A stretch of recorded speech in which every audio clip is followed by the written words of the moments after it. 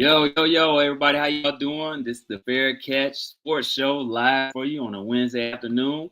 A couple of days after Memorial Day. I hope everybody had a good holiday. You know, some of y'all had good rest, whatever. Got some good barbecue, those who barbecue, but hope everybody's having a good day so far. How you guys doing today, Jay and Zay? I don't know. I'm kind of just ready. I don't even want to say that because I actually want to have a decent summer, but I'm kind of ready for this training camp to get together in July. I think it's July. I don't know. Mm-hmm. But I just want Yes. this thing to go back a little bit, speed up a little bit because I'm anxious. I'm anxious about this. Mm.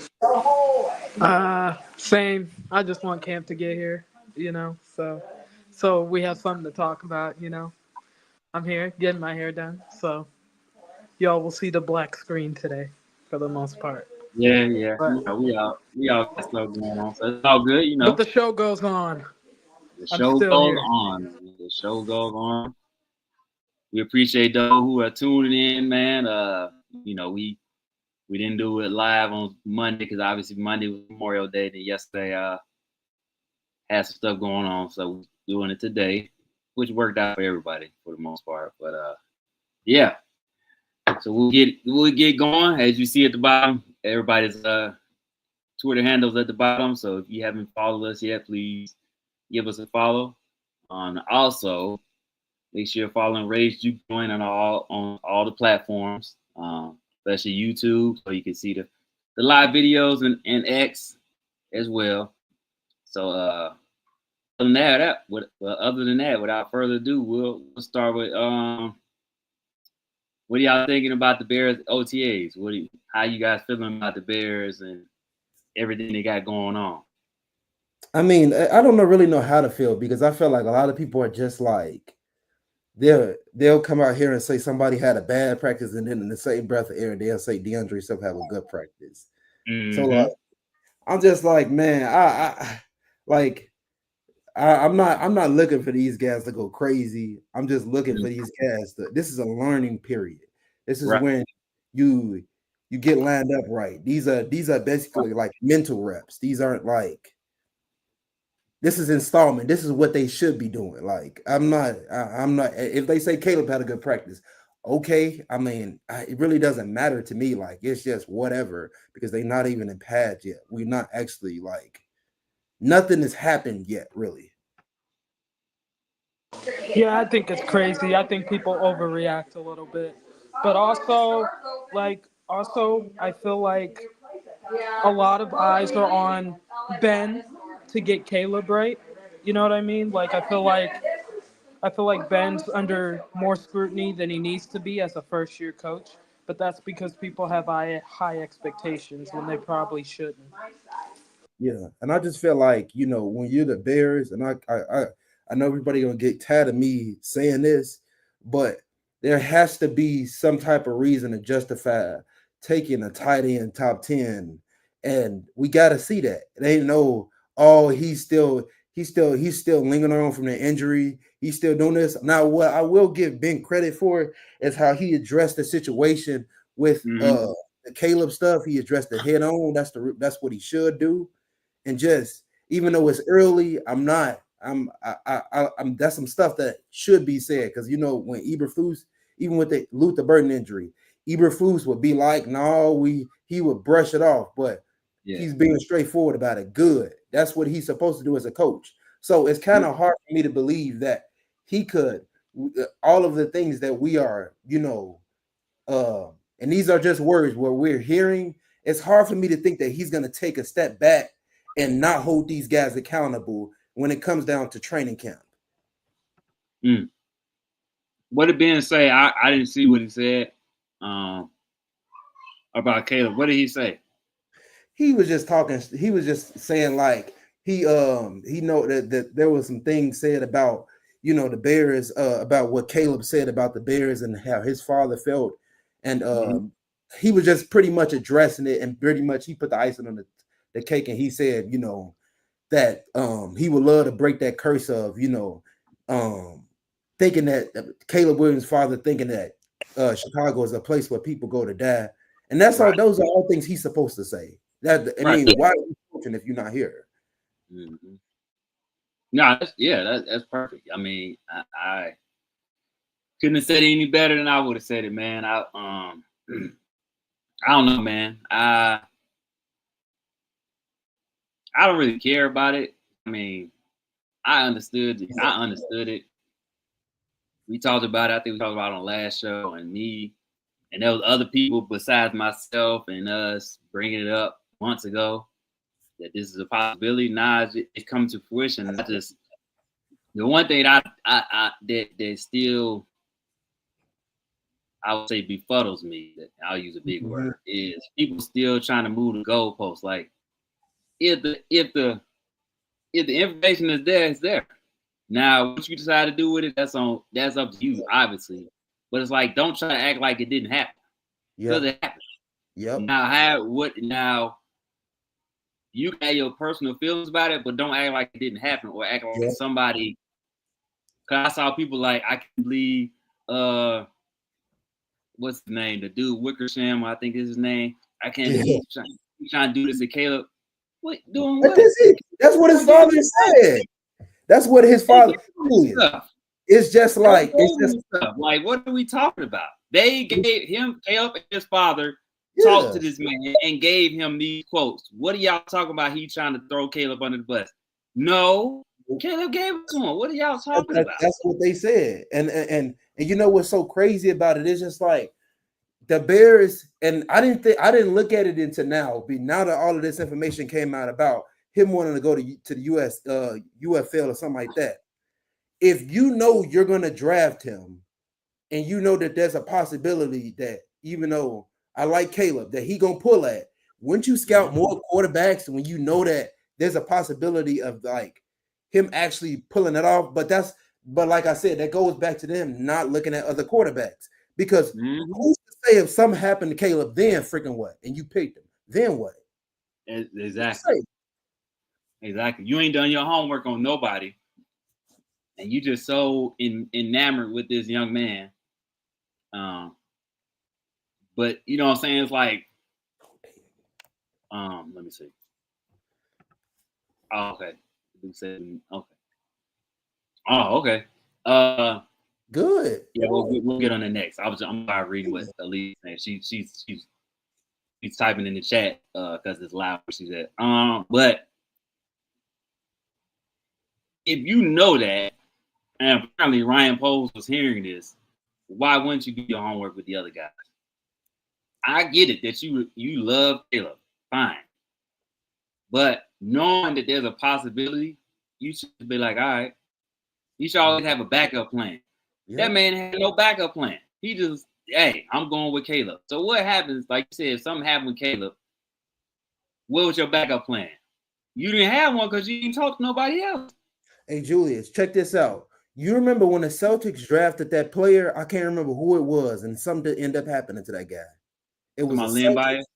Yep. Lynn Bias. Yep. Bring up that situation right there.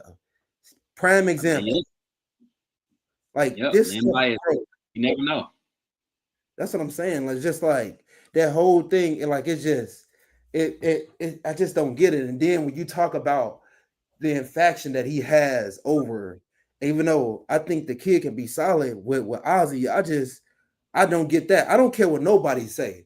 Trade him back to me when you should have taken a guy that have played left tackle, who's coached by Bill Callahan, his son, coached by this guy, played left tackle in Michigan. Well, not Michigan, but Minnesota. I like, y'all heard how big I was on this freaking dude. This guy, I forgot his name. Ursery, he was right there for the taking. No, we want to trade back. Let the Texans get him, and now we're gonna see. Now we're gonna see what's gonna freaking happen, because all of these things are gonna be brought to the. And we're gonna look back and see this, just like when he picked a linebacker that was just speed. Nobody knew anything about the guy. When you had guys like Ty Robinson on the board who could have contributed to you interior on the defensive line, you have guys like that, and you passing up on them guys. Just y'all seen the 1920 draft just to try to surprise some people and make some people feel good. Like to me, I will never understand that. Like the leveling pick happened, whatever. I would like I felt as if at that point they could redeem themselves from that. But then when they go back and they make that goofy trade back with Buffalo, and then they think about, oh, we want to get an extra second round pick.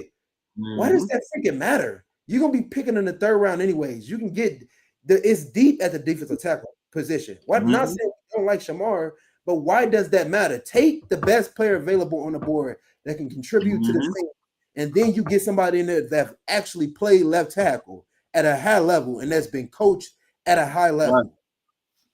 I agree. And this is saying, this is why I say it I don't understand the whole, like I told y'all, and I'll say, keep saying it. Everybody just want to keep praising Poles. It's like when do y'all gonna require some evidence like that? It's what he's doing is working. We got a losing record the last 3 years.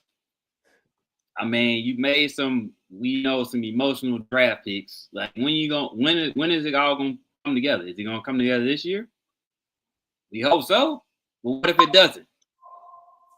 You know what I'm saying? And I think y'all, if Poles is so great at what he's doing, why he don't have an extension yet?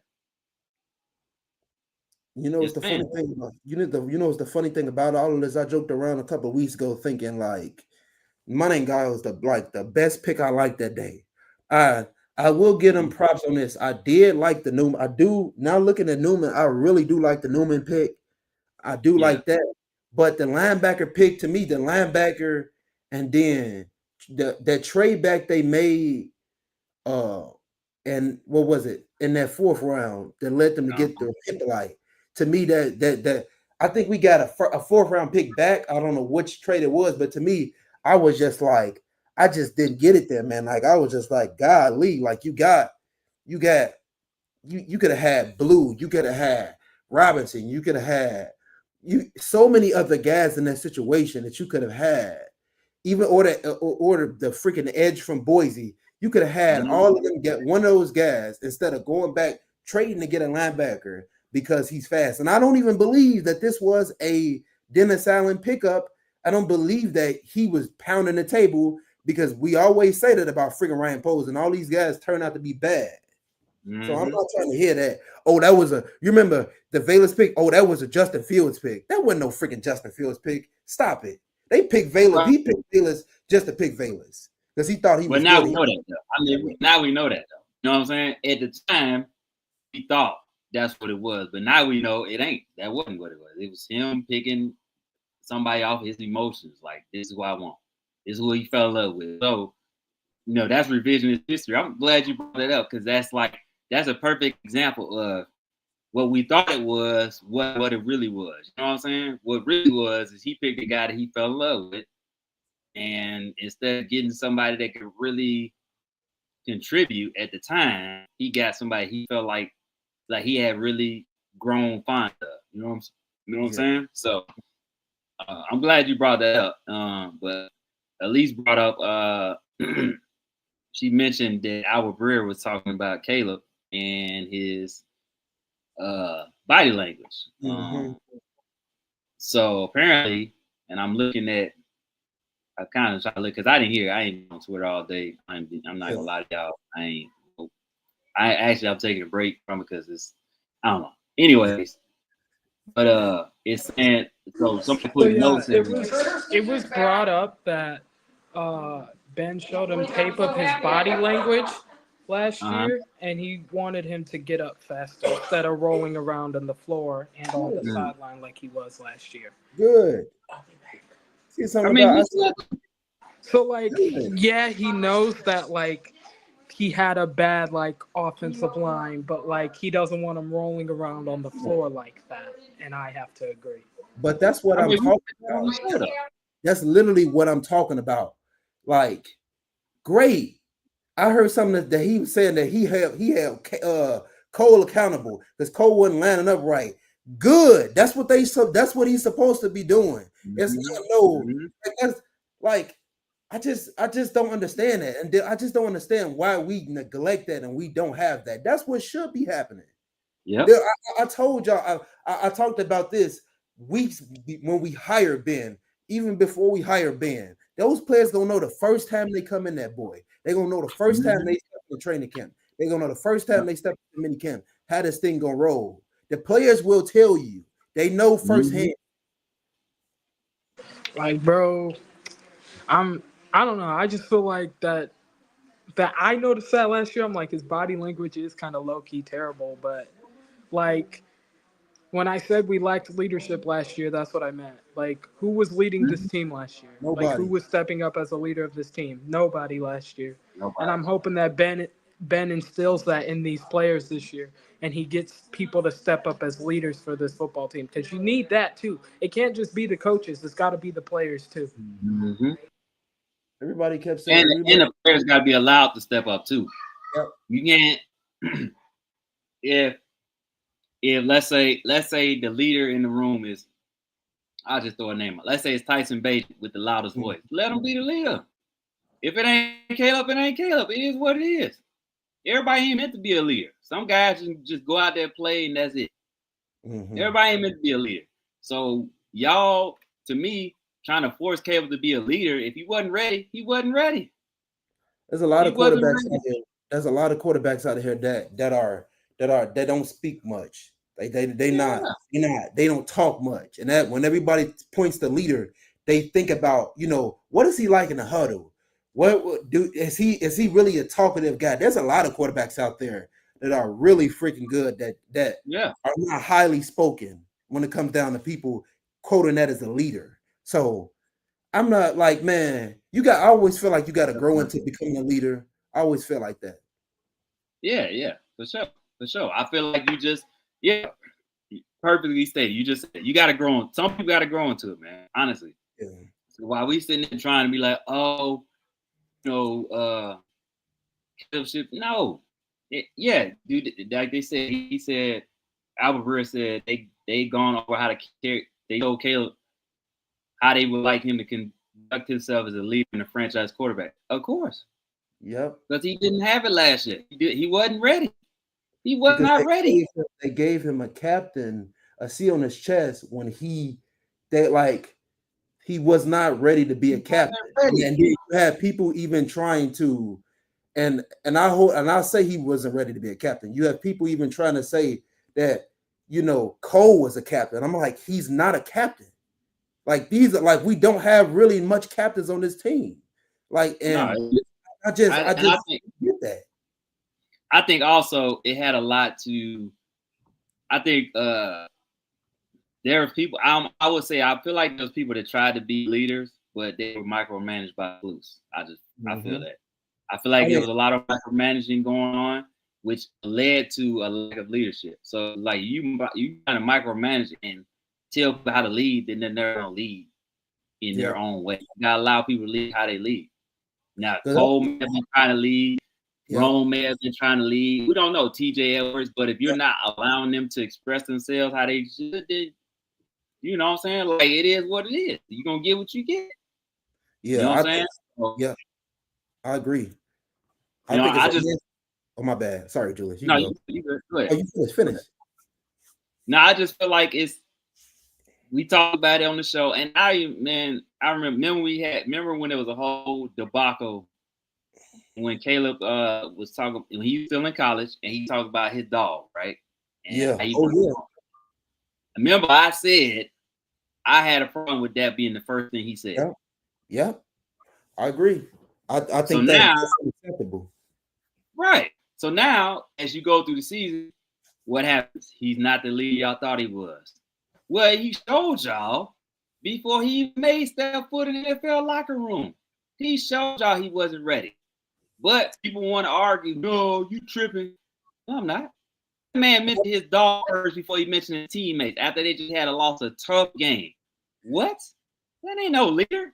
I also feel like he's a leader. I'm not hating on him. I'm just saying, like, you literally said, I can't wait to go home and be with my dog. What? Yep. I didn't like to hear that when he said that. Like, I feel like that was one of the things that I really do hate he said at the time. I also feel like that. I also feel like that they not only did they give him that seat and they gave him that leadership too quickly, but I feel like they gave him too much in the Yeah. playbook. They did everything. Look, they did everything wrong the Yep. wrong way. And then when you look at a team like Washington, they did everything perfect the right way.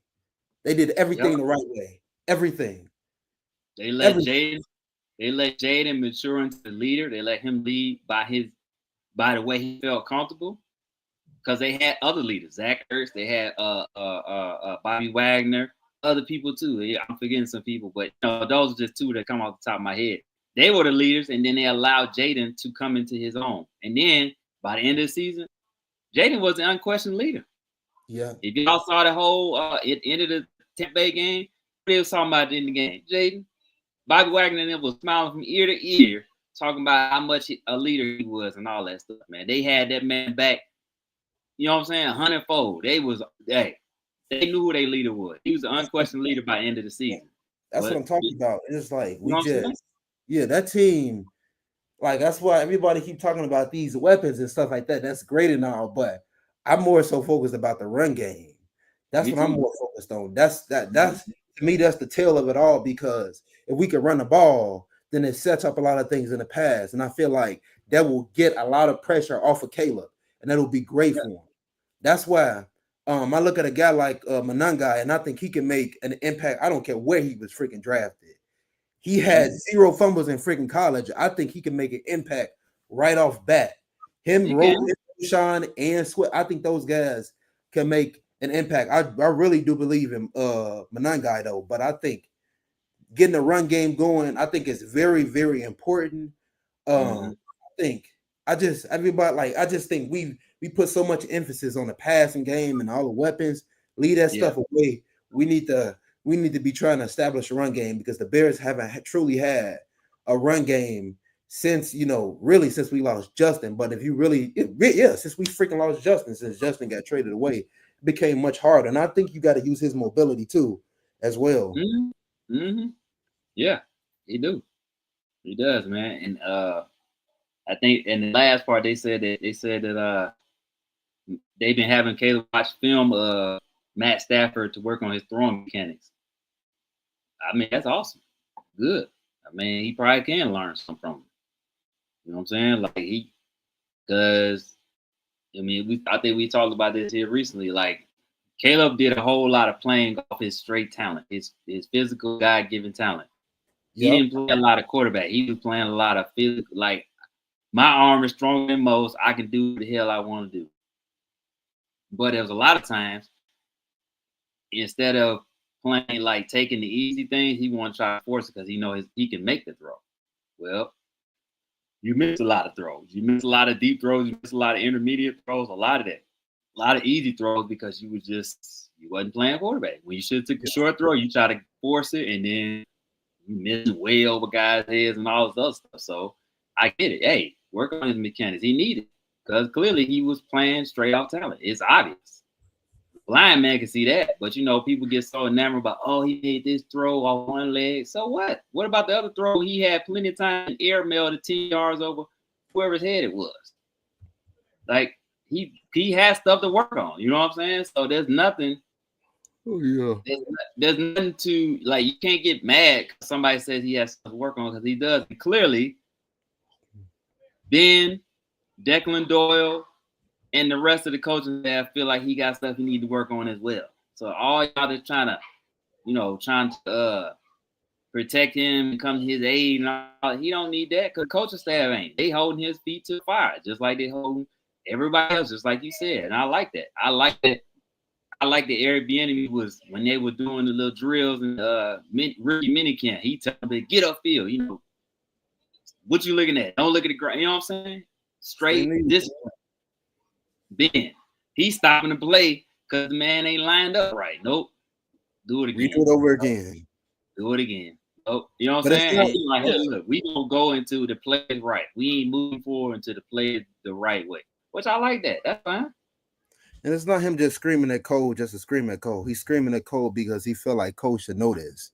Like it's a purpose behind all of this. It's not just doing it just to do it. Because everybody always think you got to just scream as a coach. It has to be a right time. And I think, just man, like I said, man, just holding them guys accountable. It's important. Everybody else, they care about all of these weapons and stuff like that, and all of this cute stuff. But the important thing is running the ball and being effective. That's how you get into the playoffs. That's how you run the ball and you use the weather conditions that you have in Chicago to your advantage. Nobody want to be tackling the cold weather in Chicago. Yeah, no. Nobody wants to. That does not feel nice hitting somebody in cold weather. It don't. Coach, Man. Huh? Dante? Leave Cole alone. No, boy, I'm holding them accountable. They just look. I can see. Look, I'm part of this too. I can't be the one to beat around the bush too and say like, why did they take a tight end top 10? Because I was one of the ones who was very critical of Cole for years, and now I gotta live with that. But I just hate that they didn't take the guy last year. Composed to the game. At the end of the day, it is what it is. I hope Loveland become good as that dude. I hope he can get to that level. But we'll see, man. We'll see. Honestly, I like that we got 2 tight ends because guess what? Yeah. If either one of them's on the field, to me, it's not it's not that much of a like you have your number one guy, and then the other guy come in and he not nowhere near as good. It's kind of like Travis Kelce and what's my man's name in Kansas City? He was really blowing up at the end of the season. I forgot his name. What's his name? Yeah. Not Watson. Is it Watson? No, it's not Watson. It's, God. Let me see. Let me find out. Let me search this up. But y'all know what I'm talking about. He come in the game. He just said, hey, he can do almost everything Kelce can do. So they don't have to really. Noah Gray. Noah Gray is still a factor when he comes in. If Kelce needs a break, or if they on the field together, they are dynamic. So you can't just slack out like Noah Gray. He ain't got no hands. Nope. Noah Gray gonna block and he can catch the rock. So but that's why I'm like, hey. But I understand, like you said, when you talked about him drafting tight end, I understand that, and I can see your point. I just hope that Ben he has the weapons that he needs to run the offense the way he wants it. Yeah, and then like the Luther pick, like we understand that we couldn't pass up on that at that point. Couldn't do it. Yeah, you can have 2 DJ Moores. Get 2 DJ Moores. DJ Moore is awesome. No matter what y'all think about the man is cold. I don't care how y'all feel. I think some of y'all need to chill out because while y'all so hard on DJ, guess what? Stuff keep coming out about your boy. So stay off DJ. DJ did his job. I feel like real quick. I know I had made a crazy comment last week and I didn't know how to word it. It was a couple of weeks ago. I didn't know how to word it right. Talking about Luther Burden and DJ Moore. I meant to say this. I don't mean that he's a better route runner. I think he's a little bit more twitchier. They the same player, but I think he a little bit more twitchier. I don't know. No, I get what you were saying. I knew what you were saying. I don't know. It was kind of hard for me to think of the correct word. I get what you were saying. I understand. My thing, I just said that. But I can see that, but I want to see it on the NFL level. Yeah, because we heard. We heard what Malik Neighbors he said about the difference between college and the NFL. Like if y'all don't go search it up, man. He hit the nail.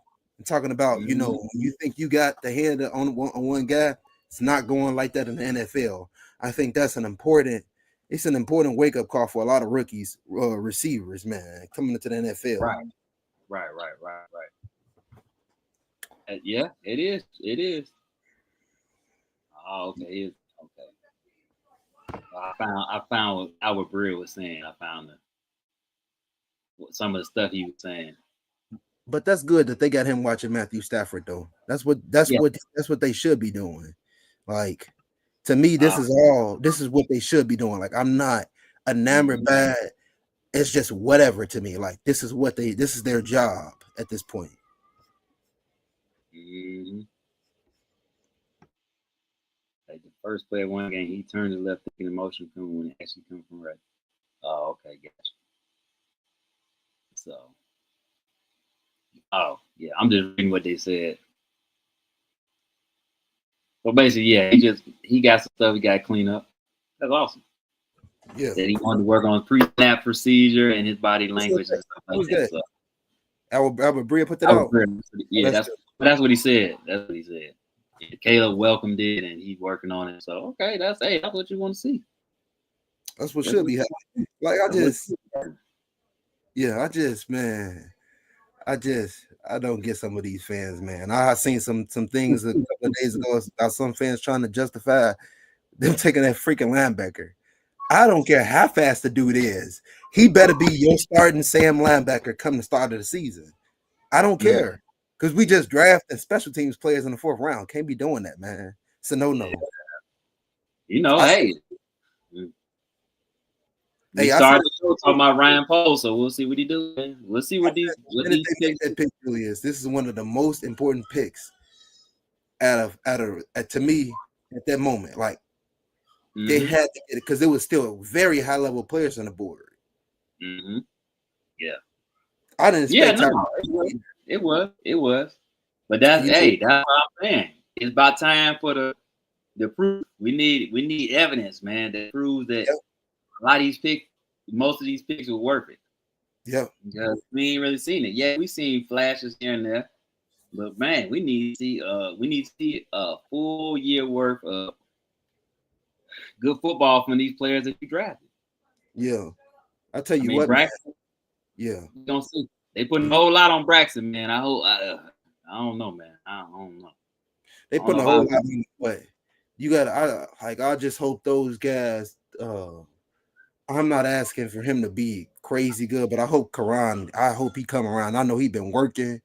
I just hope he come around. I mean, I heard the OTAs that got beat a couple of times, but it is what it is. It's freaking OTAs. Let him get beat. This is his first actual training camp that he got to participate in. So this thing, they just need to come together with this offensive line because I'm tired of shuffling the offensive line, man. Who do y'all think is gonna start left tackle game 1? Ooh. I think the right play is Ozzie. I think Ozzie gonna start.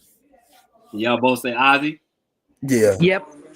Ozzie. I think Ozzie is gonna. The reason I say Ozzie is because he don't really get. I don't see him get pushed back like Braxton.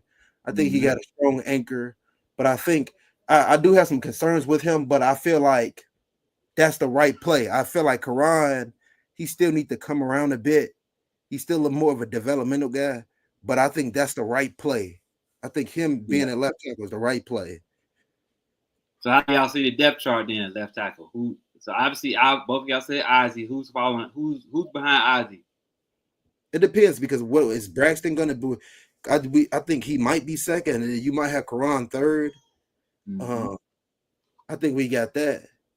Who would y'all have? I mean, what would you like it to be? I would for left tackle. Mm-hmm. I would like it to be Ozzie, but we also got I don't think he plays behind Ozzie. Behind Ozzie. Oh, behind Ozzie. Selfishly, I wanted to be Karan.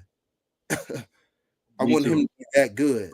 But I think another guy we keep forgetting about is Jordan McFadden. He'll be a backup for Darnell Wright, which I think is good. Okay. And I think another pick, we keep sleeping on this dude, but I think he will be. I think he's going to be a decent backup guard for us. I think Luke Newman. I like him. I like him a lot. I think he could be somebody. He might be somebody. He might be a pretty good pick for us as far as like depth. I'm not saying he'll be a starter, but he might be a good depth piece because I think they want to try to get him down the line to play center. They see versatility there, and I'm like, well, man. and then they still got Smart. They still got my boy Doug. Man, Doug can freaking dug it up. That boy is gone. That boy, that man. Next year he might be out of a job. Hey, don't hate on Dougie K. You're hating. Stop it. that boy might be out of a job. I'm done with Doug. You need to stop hating on Dougie K right now. He ain't done nothing. Even as a fullback, he missing freaking blocks. Leave Dougie K alone. He didn't ask for this. Dude, Julius, you seen that Packers game when we played them at home? What did Doug do in the end zone? He didn't block nobody. Freaking Roshan Johnson made that play. First Cole, now Dougie K. You need a timeout. I feel like Doug. I feel like Doug has got a bad rap because he hasn't really been able to play. It's kind of like I feel the same way about Tyler Scott. Y'all asked these dudes to do something. They wasn't brought here for that. But you got them all over the place except for the place they supposed to be playing at. And you ain't really give them no chance. What you expect? Hey, Julius, did you see what Howie Roseman said? And it just freaking hurt. It just freaking pains me because that freaking team is just so good. He said, he was like, we are not drafting players that for depth players. We're drafting guys that can come in and we think they can be starters. I was like, bro, oh my God.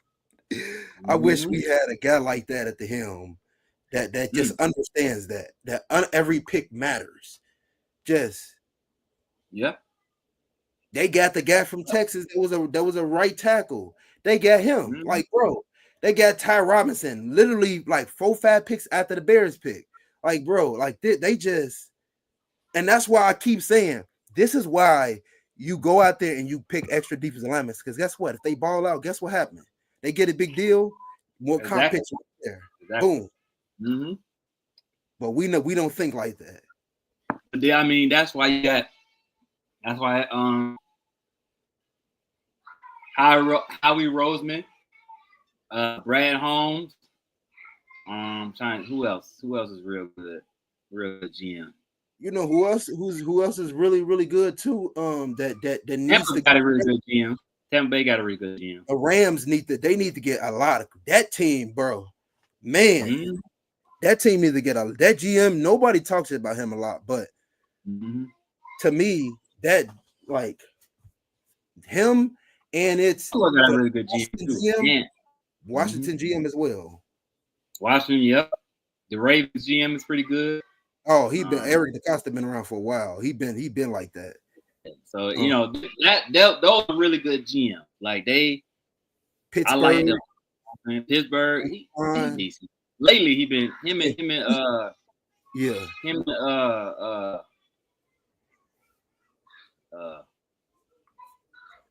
they got the center. They got that guard that was pretty good, and they got that center that went in the second round that was really good. Like the Pittsburgh Steelers they've been having some sneaky good drafts on them offensive and defensive lines. They got Sawyer, even though I might not hound him. I think he'll be a good guy that might work out for them. I don't know. I'm not hounding a guy, but they just got a lot of good players in the right spots. They do. But I mean that's I don't know. I like how he said though, Rosen, what you just said about him. Hey, I'm drafting a guy because we feel like he can start if we need him to, or he can start. Period. You know what I'm saying? So I like that. That's the approach you should have. You know what I'm saying? You don't draft somebody just because you love them. Like, nah, man, draft them because you feel like they can make a difference. Yep. Because at the end of the day, if this freaking dude get fired, it ain't gonna be no freaking Ben Johnson getting fired. It's gonna be Ryan Poles getting fired. So he next. Cute. Yeah, he next. I don't care with nobody. I don't care with nobody. Next. But you see how this freaking thing roll. I would let Ben pick his guy to come in there, like, and not the Bears just hiring some random dude. Let Ben pick the GM. That's what I would do. He being paid $13 million a year. Let him freaking do that. Yeah.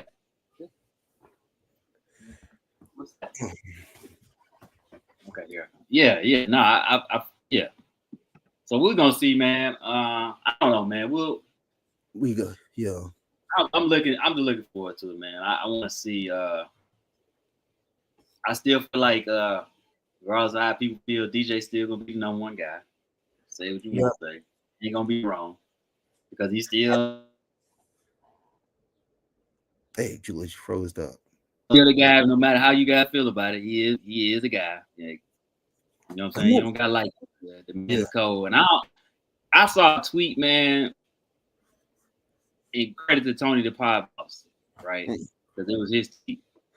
Because he was talking about I don't remember who actually said it, but they were like, there's a rumor that Ben Johnson was basically fussing at DJ Moore, basically by his body language or something like that.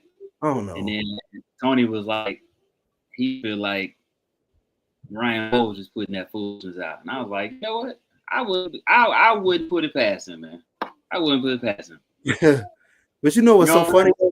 Yeah, I think Rome. I think he could really.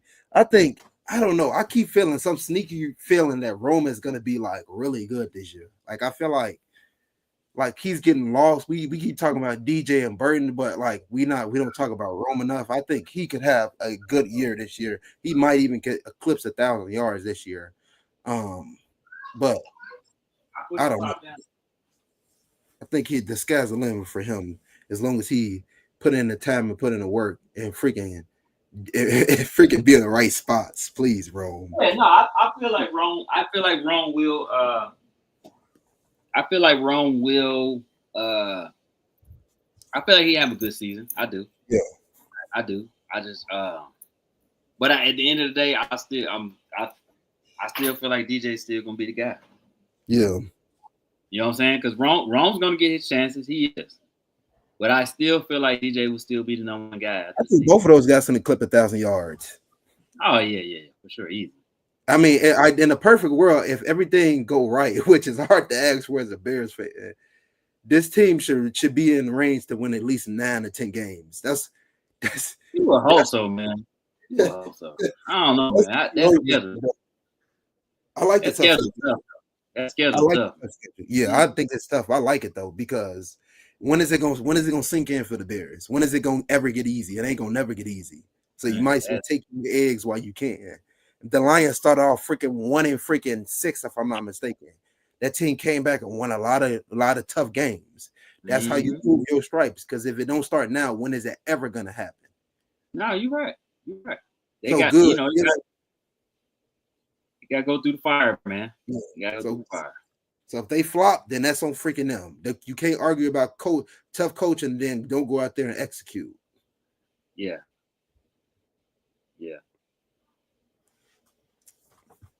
It'll be interesting though. Yeah. I'm excited to see. I know it was in a 1920 draft. They was talking about that the cornerback they had drafted in the 5th round and how I forgot his name, the cornerback coach, about him wanting to pick him up way early in the draft process. Even though I wouldn't have taken a corner there, I'm a trust and believe in him in that situation because he knows how to develop corners. But I don't know, man. I just feel like it's like these guys in the back end. I like Jalen Johnson. I like Gordon, but I feel like Tyreek Stevenson, you had a decent rookie year. You got to come back to earth, and he got to be held accountable. He got to be held accountable too. Most definitely too. He does. He got to have a good season. And I know a lot of people. Yeah, I know a lot of people be like, "Oh, Tremaine Edmonds ain't good," but they ain't putting guys in front of the guys, so these guys can truly be good. You don't put no defense in front of them. You don't draft no edge rushers. You barely draft tackles, and when you do, you flopped on one of them that you drafted in the 3rd round. When you could have, we sat back and watched that freaking draft class. Who was on that board? It was Kobe Turner from the Rams. Could have had him. That's it. We sat back and went through all of those guys, and it didn't dawn and hit me until I actually went back and looked at all of those players that were on the board there that we could have had that we passed up. Even what was it last year? With Karan, Adisa Isaac was right there on the board. What did they do? Let him go straight to the Ravens. It's like everybody always saying like, "Oh, how these teams are so good." Well, you got dumb organizations like the Bears that allow these teams to get good players, good football. Exactly. I know it's a lot. A lot of things that was said about Mike freaking Green.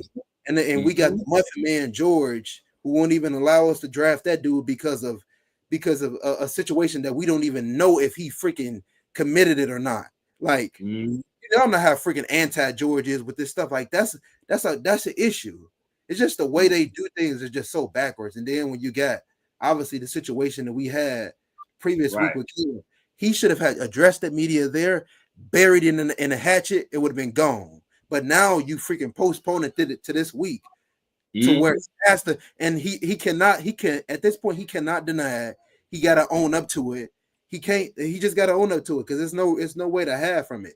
These are comments said, and I want him to back up. I want them to back them comments up and not freaking cave in to the Muffin Man that's called George. That's what the guy is. I mean, how can, bro?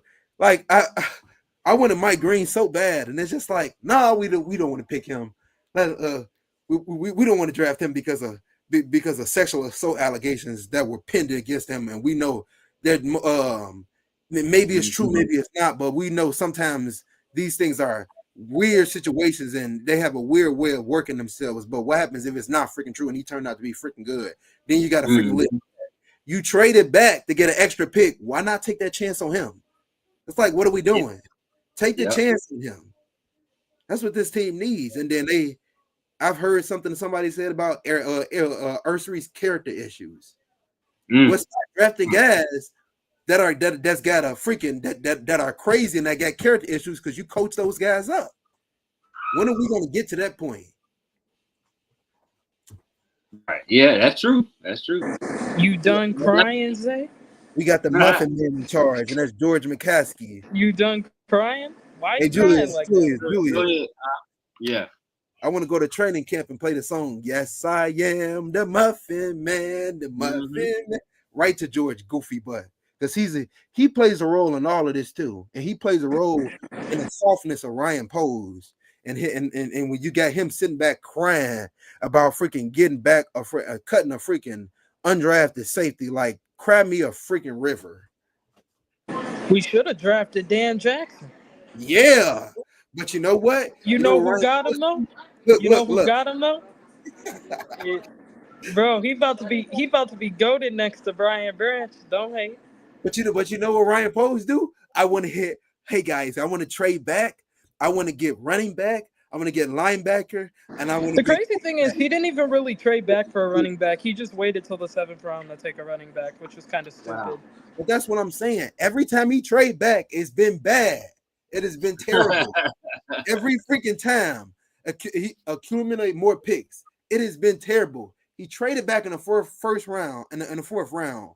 Missed on Ty Robinson. Missed on Walker, the guy from Kentucky. Please stop trading back with the freaking Bills, because every time they trade back with you, they good football players, and we're the ones sitting back looking like fools. Right. But when we got the Muffin Man, that's freaking stopping us from getting good freaking. Good I need Jonathan Kim to do a job today. I need him to beat out Cairo today. Nah, I need him to beat out Cairo today. Nobody worry about that. You know it's not happening, so just don't worry about it. It's not happening. I need Jonathan Kim to turn into Superman today. Yeah. Too bad it's not gonna happen. Yeah, it is. No, it's when not. When he kicks that 65-yard bomb in the preseason, I'm gonna be clowning. I mean, he better not miss. If he freaking miss, he gonna be up out of there. He gonna get yelled at by the Muffin. And when Cairo struggles to hit from 55, I'll be laughing. Hey Julius, we got the Muffin Man. We got the Muffin Man. Muffin Man telling Eric Bieniemy to not scream and cuss out the freaking players. Right. You freaking hear that, George? Get yourself together. You haven't gotten it right for over a decade. George needs to not be, I guess, involved. He's the reason they didn't have. He needs to let the coaches coach and do their job. How about that? He's the reason they did not draft Mike Green. He's literally the freaking reason. Who do you freaking want? Mike Green or freaking or Ozzie Trapillo? I mean, I like both, so I'm happy with either one. Golly, bro, like to me, I just like this stuff. Technically, we could have got both because because we had 3 second-round picks, so we could have had both. I think what they could have did is, look, this is what I would do if I was the GM. This is what I did. If you weren't going to take Ursary, then you freaking, let's say you make the trade back. When your first pick come in, I would have taken Mike Green, and then I would have went Trapello. That's what the way I would have freaking did it. And you said, how many second round picks we have? I think it was 3. I think it was 3. But that's what I would have freaking did. And then when you look around, and then when you get to the 3rd round, then I mean, we don't have a 3rd round pick, but then in the 4th round, you can pick up a guy like Tal Robinson. That's what I would have freaking did. But the Bears don't operate like I freaking do. Nope. Not saying Shamar isn't great, because I feel like years ago, if Shamar would have came out, the Bears would have never drafted that guy, because he's a freaking nutcase. He's a nutcase. I know he is. I've watched him play.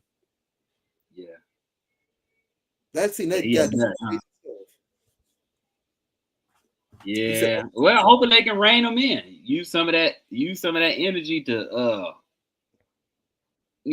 sack the quarterback, do all that kind of stuff. You know what I'm saying? That's what DA was saying. That's what Dennis Allen was saying. Like, we got to peel him back a bit. That's what needs to be said. I mean, this, to me, I'm not impressed by it, but that's what should be said. That's what he should be doing. He can be very effective in the run game, stop and run. He can be a little bit effective at rushing the passer, but to be able to peel him back and not draw them crazy penalties. Because I think he actually plays. I think he actually plays like he want to rip somebody's head off. Like, when I look at and I'll get him props for that. When I look at the Burden and then the Stewart pick, these are 2 guys the Bears would have never drafted, because they felt as if they are head cases. That's what they would have. They would have freaking thought. That's just the way I feel. I feel like years ago, Bears would never drafted those players. They would have passed on them. That's the reason why you lose right there, because you're not picking the best players. That's true. I mean, but it's the same stuff we get saying. We feel like he could have drafted better. He could have done a whole lot more with the draft picks he had. You know what I'm saying? So, but he didn't. It is what it is. Yeah. Even if they freaking did want, if they did want Shamar Stewart, I just think he would have been there for us if we had our 3rd round pick. And then you had, what sucks about all of this is that the Scatterboo going right before us, like that was just tough pill to swallow. I wanted him to be a Bear so bad at it. Everybody to be drafted, I wanted him to be a Bear with a passion. Yeah. I remember you talking about Scatterboo. Man, I wanted him so bad. Yeah, I mean, hey, it is what it is, man. It be like that sometimes, So, but it's all. Yeah. Somebody better go freaking tell George to freaking. That's why I love all of this. Holding guys accountable, all this getting on guys, all this cussing. Make George feel uncomfortable. I love it. Man. Peel back the curtains, open up the curtains, and make George feel uncomfortable. That's what George right. You hear me, George?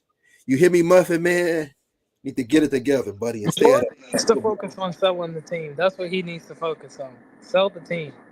Oh, I don't think he's selling now. Well, at least find a co-owner. Like, dude, what you doing? George. I can see that happening. Remember, somebody just said it recently. I don't know who said it, but I think somebody's gonna become a minority owner, especially with this. Trying to get this money for the stadium. You know what I'm saying? So I wouldn't be surprised soon they'd be like, "Hey, this person is now part owner of the Bears." You know what I'm saying? A minority owner. I mean, if I could, in a perfect world, can we have Kevin Warren as a We should hire Jeff Bezos to be minority owner. Either him or I would love Warren as a get him to build whatever they want to build. Then you know what I'm saying? They can build whatever they want to build. They don't need no money. Jeff got it all. Him and goddamn Bill Gates. Get them 2 dudes, and we can build whatever setting they want, and they don't need no money from nobody else. I can't believe it. Yeah, it's funny how they really thought that they was going that, and I'm not even trying to get get on the politics side, but it's funny how Brendan Johnson really freaking thought he was going to convince the Bears to stay in Chicago. You knew that was freaking done. The way the Bears, the way the Chicago, the way that field looks every time they come back to play in that field, whether it's preseason, you knew this was going to freaking happen. This is like, they weren't staying in no freaking Chicago. Like, why? It makes no sense though. Why would the Bears want to, if they have an opportunity to leave, right? Why would they stay there?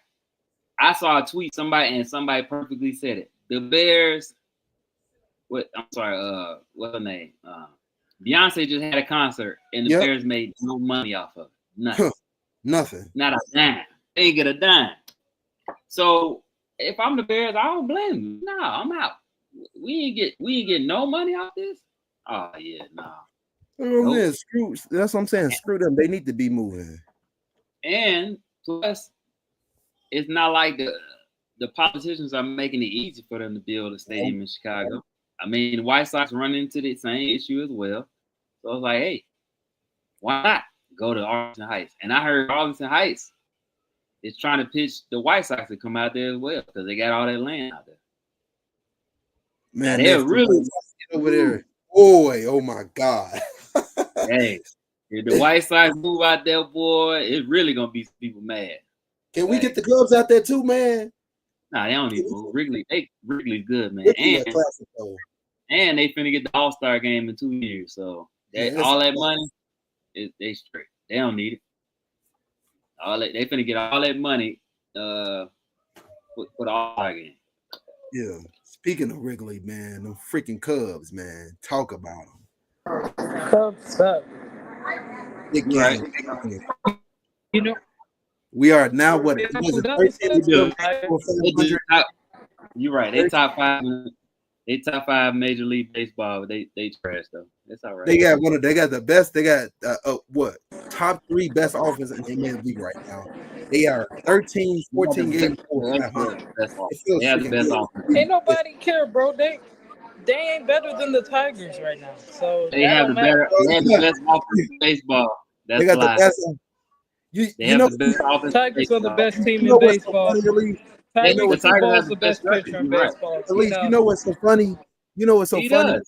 It's because I got people who watch baseball a lot that's telling me the freaking Tigers are gonna fall off, that they won't maintain what they're maintaining. They're not gonna fall off. He's maintaining the best team in baseball with the best pitcher in baseball. Enough. You just sound bitter. You sound bitter. That's what you sound like. Julius, you know what's so bitter? Funny? We haven't even sound bitter. You're sounding bitter. Hey, Julius, this is where it's about to hurt. This is where it's about to hurt. We haven't even brung up any other freaking prospects that are any of our top prospects. Sounding like excuses to me. Why are you making excuses? But they had to bring up King Horton because Schroeder got hurt, and then Schroeder got hurt, and I'm sorry, Justin Steele went on IR for the year. We haven't even brought up our top hitters. But I mean, it's fine. It's fine because that's all right. We got two out of the top 3 RBIs. It's Cubs. We got top 10 in home runs. Seiya Suzuki and Pete Crow Armstrong. You know what I'm saying? Like, you know, hey, we good, man. We good. How many guys we got over 10 home runs? What was it? 5, 6? Yeah, something like that.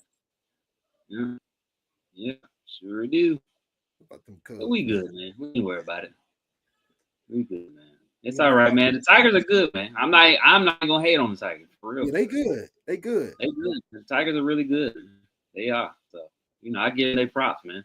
Mm-hmm. What's his name is really good pitcher. Scuba. He's good. Good. He's really, really good. But you know what? They're not in our division. They got to get past a lot of other teams over that side. We're not. That's over there. They doing a good job over there. Man, they got the best record in baseball. They do. They are. They got some good pitching. Mm-hmm. 36-20. Mm-hmm. They got the best record in baseball right now. Let's see who's got the second best. I want to say it's the Yankees. No, it's not the Yankees. It's I'm sorry. Nope. I'm sorry. They're not the best team in baseball. Who is? Philadelphia is the best team in baseball. Philly's 35-19. Dang, I They didn't got the realize best they was that record. good. We beat them. Detroit is 36-20. Jesus, So we that's beat the two best teams in baseball record-wise, and the Cubs, Dodgers, and the Mets all had the same record, 34-21. The Yankees are just ahead of those three, so it's basically it goes Philly, Detroit, Yankees, Cubs, Dodgers, Mets. That's great. Those are the best teams in baseball right there. The Cubs, hey, top 5. Like I said, top 5. That's what we And they got a 3-game division lead. Let's see. You know what's so great about all of this is that we got one of the easiest schedules and remained in. I said it yesterday when we played that game yesterday against the Rockies. I was like, man, got to figure out a way to win these games. I was so mad because I thought that when that Rockies scored, they was up one home run and they lost the game. I was like, man, got to find a way to win these games. You got to beat these teams. You got to win them games. Man. You got to win the game. Got to win those games, man. You got to be able to win. Don't stop. Nah. Now the Tigers are winning right now, 4-3 against the Giants, who have one of the best records in baseball. Yeah. So hey, man, we're gonna see, man. Baseball's been pretty good, man. For those who've been following baseball, pretty good season, man. Pretty good season so far, man. So Well, let's see, Julius. Let's see how those White Sox doing. Let's see how they doing. That's why I'm glad Philly keep losing because I want them to get the first overall pick. Oh, the White Sox win. Okay. Oh. Yeah, they win today, but they Reds let's see. Colorado still has the worst record. They still ain't got double-digit wins. They're 9-46. That's terrible. The White Sox are 17-38. So, oh my God! Okay. I mean, I think the White Sox got the second worst record. Oh yeah. Oh golly, they so bad. They do. They got the second worst record in baseball. So, I mean, they won't be the worst team in baseball this year. They won't, because I don't think Colorado ever going to bet them. No. They ain't that far. Hey, Colorado, yeah, well, no, they all right, man. The White Sox decent, man. They ain't as bad as they were last year. Last year, they were terrible. But that's why I keep saying they need to go ahead and trade Luis Robert because they need more prospects. They're not pushing enough prospects inside their minors the way good teams are. And that's why when I bring up why I was telling Elise that like y'all gotta trade that dude because if you don't trade him now, then look at his value now. It's not that high because he hasn't maintained that same level of play last year. Yeah, Robert is like Robert's not. He's a good player. Yeah, he's a good player, but he's not. He's just another player. He's not going to elevate your organization. He's not going to elevate your team, and that's not a bad thing. I'm just saying, like that ain't who he is. I mean, that it is. There are very few people that elevate organizations. You know what I'm saying? So it takes a lot. That's why it's like going to basketball. I said like, is Cooper Flag good? Yeah, absolutely. Yeah. Do I feel like he's a generational going to change an organization? Heck no. Because he ain't changing the Washington Wizards. He ain't elevating them to the playoffs. Is he going to make Dallas crucial? Yeah. Hey, I'm not going to lie to you. I'm not going to lie. Dallas, they looking good, man. They look like that Luka trade never even existed. That's going to be tough because if Dallas resigns, I don't know if Dinwiddie, I don't know how much he got left on his deal. So if they're able to keep Dinwiddie, he can start until Kyrie comes back. They still have Clay. Then they have PJ Washington. They have Anthony Davis, and they'll still have either Lively or Gafford. If Gafford is still there, I don't know what his contract looking like. Then you could just you could move Anthony Davis to the 5 if he wants to. You know what I'm saying? Yeah. And put the Flag in there. That's what I'm saying. Like that lineup can get so dangerous. Like it could be a nightmare. Yeah. Or somebody gonna go to the bench. Somebody gonna come off the bench. It might be PJ Washington. Who knows? Yeah. Might be. PJ Washington hit the bench. He got at the bench. I mean, it depends. It depends on how bad. It depends on AD. Yeah. Right. Because if AD don't want to play center, which he has been saying this for years, if he just like, nope, I don't want to play center like that all game, then somebody got to go to the bench. It is what it is.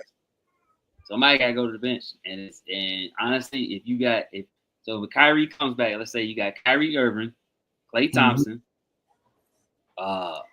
you put Flag at the 3, AD at the 4, Lavi at the 5.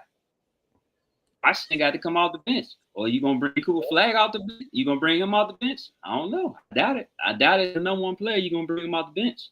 Mm-hmm. So it's got to be PJ Washington, in my opinion. Or because to me, why would you have both of your centers coming off the bench? That'd be stupid. Yeah, they gotta have some type of combination like that. Yeah. So it's a good problem that Dallas is gonna have, but at the same time, we're gonna see. Because I like I said again, I don't think AD is I don't think he won't play center no more. No, I don't think that's where. You going back to the bench, buddy. You going to the bench, homie. I think I think it's gotta be Lively or Gafford playing center. Right, yeah, that's what I'm saying. One of them start, and then, like I said, PJ come off the bench. At the end of the game, it's either going to be PJ or then Anthony Davis, they can go to the 5 towards the end of the game. Because then you can have PJ out there with Klay, Kyrie, Flag, Anthony Davis. You know what I'm saying? That's a nice little 5 right there. And Klay, Kyrie, you said Klay, Kyrie, and then Flag, and then you get and AD. Oh yeah. Yep, that's right. But you said if he don't want to play center, if AD don't want to play center, then maybe he gotta like you said, PJ Washington gotta hit the bench, and then I'm not gonna lie to you, I would be okay. I would be okay if Gafford came in to play center. Yeah, that's what I'm saying. They can go either or with center. They don't really have to worry about that because if they got Gafford or Lively, they're good. I'm just saying towards the end. Yeah. Towards the end of the game, AD obviously is gonna play center. Like he's gonna be out there. So their best lineup is the 5 I just named. You know what I'm saying? So at the end, he's gonna be. But starting the game for the majority of the game, he's probably not gonna play the 5. But in the fourth quarter down the stretch, yeah, they can put him at the 5. Because let's say you play somebody like Denver, right? Mm-hmm. If you let AD just go off for 3 quarters, not having to guard Jokic, in the fourth quarter, Jokic got to guard him. Good luck. Good luck. 1-on-1? Hell no. They spread the court. He's over with. It's over. Jokic either going to be in foul trouble or he's going to get his face blown off with all them jumpers Andy Davis going to be putting in his career. Yeah. Like, it's, you know what I'm saying? So it's a mismatch. So, hey, that's why I said, like, everybody was talking about the trade, this and that. Hey, man, y'all too early. It's sad. Yeah, it's sad to believe that the Bulls. I don't believe they were a coin flip away. I think they got robbed. I think they definitely got robbed. A coin flip. They got robbed, just like they got robbed of Magic. They got robbed. Wow. It's almost as if the NBA said, "Oh, you had Michael Jordan and you had D Rose. You don't need another first-round pick." Crazy to me. First overall pick. So now we picking 12, and we're looking at that dude from BYU, whatever that dude's name is, Denim. I don't know. Yeah. Degman, Igor Degman. So I see a tweet from Nicholas Moriano or Casper Yakachonis. Oh my goodness.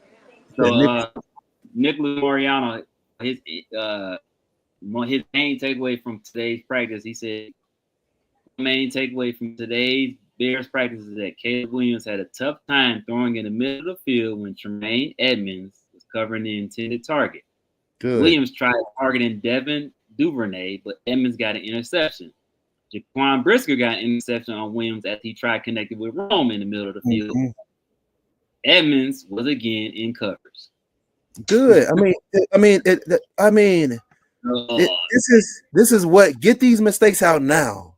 This is what should be happening.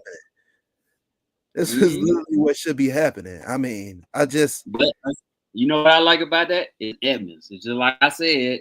When we talked about this, I said I'm not out on Edmonds until I see him in the Dennis Allen. Me either. I mean, the defense. Excuse me, Dennis Allen's defense, because I feel like he wasn't used right. Yep, I'm not out on him either. I just feel like they haven't put enough bodies around him for him to truly be good. You go from Buffalo to Chicago, that's a freaking difference. So now you put that man in the middle of the field, and as big as he is, that's a big dude to throw around. Okay, and he's athletic. Yeah, check out this. They said Ozzie took every snap with the first team and held his own. Did a nice job, but and again, I don't care about did a nice job. I care about him getting all them reps. That's important to me. We just talked about that. Well, yeah, because Braxton's still hurt. Braxton's still recovering, right? Yeah. And Karan is Karan still recovering too? Still? No, he in training camp. He actually in training camp. Is he? Okay. Yeah. I thought I could have sworn they were ramping him up slowly. I know wasn't he coming off of like something with the injury too? Yeah, he came off with his injury, but if I'm not mistaken, he was last week. They was talking about him working with the first team playing left tackle. He been in the mix as well. I don't know what they did or if they ramped him up or what, but I just know he been in the mix. Yeah. The freaking Browns got a passing chart from OTAs. What the freaking heck is this? Andrew Billings was back out there. That's good to see here, man. Good to hear. Yeah. I just love all of this tough coaching. This is what the Bears need. That's what I've been asking for years. It's what you need. Real talk. It ain't what I need. It's what this sorry team needs. But no, does any of this surprise me? No. No. I mean, it's a new system, right? It's there's a new system. I'm not going to cry over it. I mean, if you want to, go ahead. I'm not going to stop you, but it's not that big a deal to me. Like, I mean, it's happy that Tremaine Edmonds is finally playing up to the contract we gave him. Took him about 3 years, but you know. But again, what they say, sometimes scheme is what it is, man. It's a big issue. And that's what I'm saying. When you are not allowing these guys to play aggressive, you're not allowing Jalen Johnson to be on the number one receiver. Like all of that's got to go into it. Right. Can't happen. Right. I will say this though, freaking Darnell Wright looking good. He looking better shape, but it's training. It's OTAs. So these guys have a tendency to get out of shape. Everyone's in their best shape during OTAs. That's what I've seen for far too long for years with the Bears, where not everybody was in their best shape. So, man, too much of that. It is what it is. Well, all right, man. Well, we're going to get up out of here, y'all. Appreciate y'all that tuned in. Thank y'all for your continued support. Remember, please, to follow all our ads and make sure you follow Raise You Joint on X and YouTube, please. Thank y'all again for the comments. Shout out to Coach Dante, whose birthday was yesterday. Yeah. So, yeah, happy birthday, Coach. Coach getting old. But yeah, man. Told me to stop talking about Coach. Yeah, so maybe we'll get him to talk about his Texans soon as we get close to the season. Be tapped in with Houston Texans, so we'll see what they look like, especially with they knew the Texans need to figure their lives out. That's what they need to do. They got a great left tackle right now, shoot. So they going for themselves. Bro, they ain't got nothing right now. I don't know is their left tackle they got, man. That man is gonna be good. Ariante Ursery? Oh yeah. They got Ursery, bro. Nice. So hey, we'll see what happens, man. We will see what happens. We'll see what happens, man. But hey, check in with us soon, man. Since they doing OTAs this week, we'll chat. We'll tap in next week, and then probably take a little break into the till we get Mandatory close. camp. Yeah. Mm-hmm. Yep. Mhm. So And then training camp, and then we'll take a break, and then we'll wait till training camp. So mm-hmm. Oh wow. Third. Oh, okay. So the third linebacker spot will be fun to watch between Sewell and Hippolyte. Shit, Hippolyte or Hippolyte better win it. Better win it. Think Draft so? him. Yeah. You think he gonna beat out Sewell? I said I think he can beat out Sewell, but I hope he win. I mean, that's what I'm hoping for. I don't know, man. I don't know if he gonna beat out Noah Sewell, man. That's another one they ain't getting no wait, real chance. who? Use that speed, Are you buddy. talking about Hippolyte? Yeah. Yeah. Oh yeah, he's not beating out Sewell. No, He better, because that's the ain't. only way justifying this pick. I think they convert him to safety or something. Yeah. Him? I just feel like if Sewell's another one. He didn't get a real chance just with the last coach staff. He get hurt We too never much. saw this.